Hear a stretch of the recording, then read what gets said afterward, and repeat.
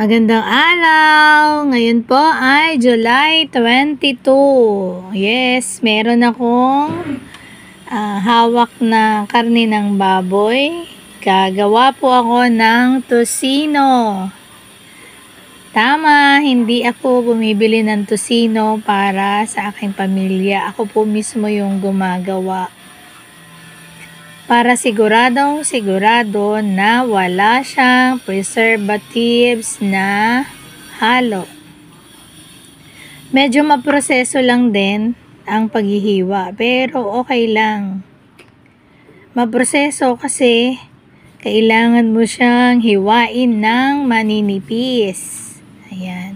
Tinitignan ko yung hibla ng karne para madali din siyang hiwain. Ayan.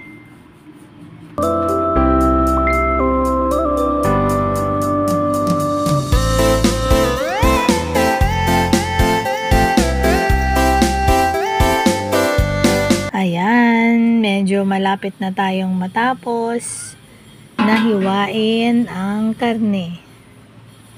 Manipis lang talaga at saka sa tagal na po ng panahon na ako ang gumagawa ako ng tocino. Naaral ko na rin. Hindi man ako expert sa paghiwa ng manipis, pero hindi na rin naman ako baguhan dyan. Medyo naaral na sa tagal ng panahon. Paano maghiwa ng manipis.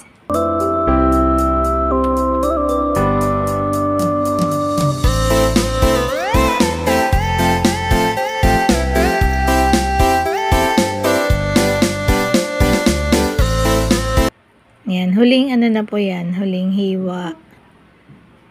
Ayan. Sa wakas, after 30 minutes, natapos din. Ayan na.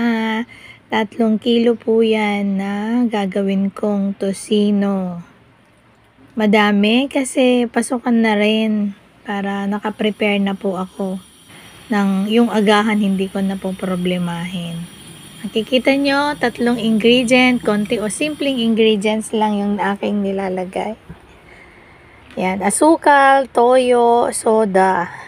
Yan yung pinaka main ingredients na aking inihahalo sa homemade tocino na ginagawa ko. Ayan.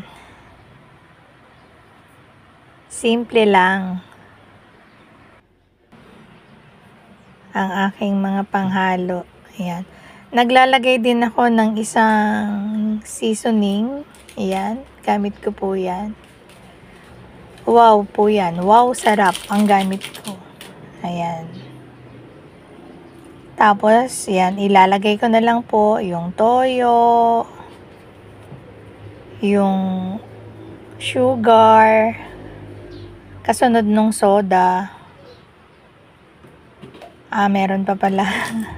Lalagyan ko siya ng, yes, naglalagay po ako ng Ajinomoto sa aking mga piniprepare na pagkain. Konti lang naman.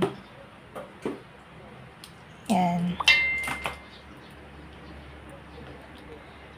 At yung soda, lalagyan ko na rin po siya. Pero kung mapapansin nyo, hindi ko siya nilagay lahat.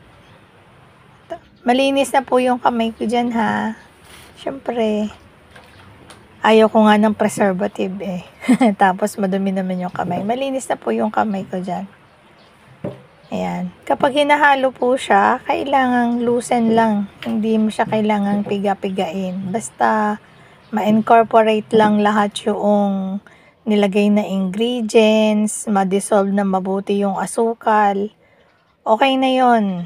Unti-unti ko nga palang nilalagay yung soda. Ayan, muntik ko nang nakalimutan maglagay ng salt. Ayan. Yes po, hindi ako naglalagay ng food color. Okay na yung kulay ng soy sauce na nilalagay ko. At yan na ang aking malapit nang matapos na tocino. Hinahalo ko lang siyang mabuti. Tapos, ganyan lang siya hanggang sa dulo. Hindi po kailangan ng mahigpit na paghalo. Basta halo lang, halong malaya. Ganun. Huwag pinipiga yung karne. Yan. Ayan. Okay na, nahalo na lahat. At i-rest ko yan. Nire-rest ko po yan ng 2 hours para ma-absorb nung meat lahat nung lasa. Para lasang-lasa na siya. At hindi dyan natatapos.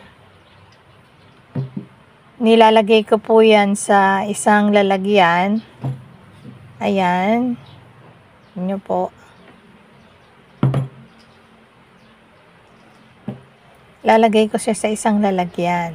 Siyempre, masyadong malaki yung basin o yung planggana para ilagay sa ref. Yes po. Sa ref ko yan nire-rest ng 2 hours para pwede nang iluto. Pero, hanggang 6 hours ko siyang nilalagay sa may ref. Para naot na nuot yung lasa doon sa karne. And after nyan, ipapak ko na po siya at saka ko siya ilalagay sa freezer. Maraming salamat!